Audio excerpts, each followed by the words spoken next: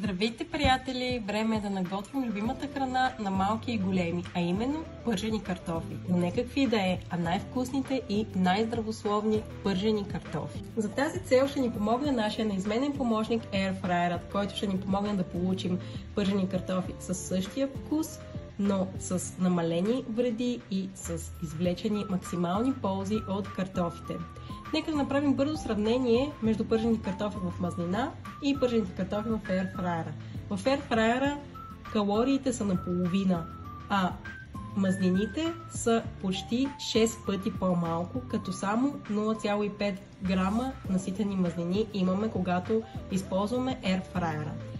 Сега остава да си приготвим най-вкусните и най-здравословни пържени картофи. Да започваме!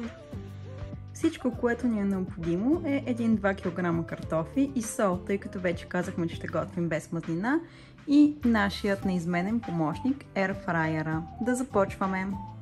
След като обелим картофите, ги накисваме в студена вода, което се прави, за да предотвратим две неприятни последствия. Първо, картофите да се слепят и да не станат толкова хрупкави, и второ, могат да потъмнеят и да придобият неприятен цвят. Време е да нарежем картофите на тънки лентички и отново ги оставяме накиснати в студената вода за около половин час. Време е да ги сложим в Airfryer'a, но преди това ги потушаваме добре в кухненска хартия. Слагаме картофите в Airfryer'a. Първоначално пускаме на 150 градуса за 10 минути.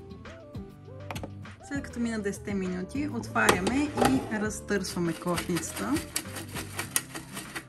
След това слагаме и увеличаваме на 180 градуса и печем за 20 минути, като през това време ще разбъркаме 3 пъти. На 15, 10 и 5 минути.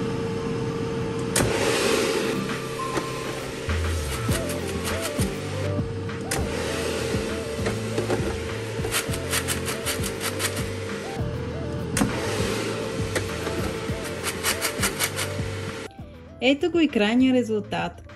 Това са нашите пържени картофи, които са вкусни и хрупкави и за сметка на това здравословни. Остава само да ги посолим и да ги поднесем. Бон апетит!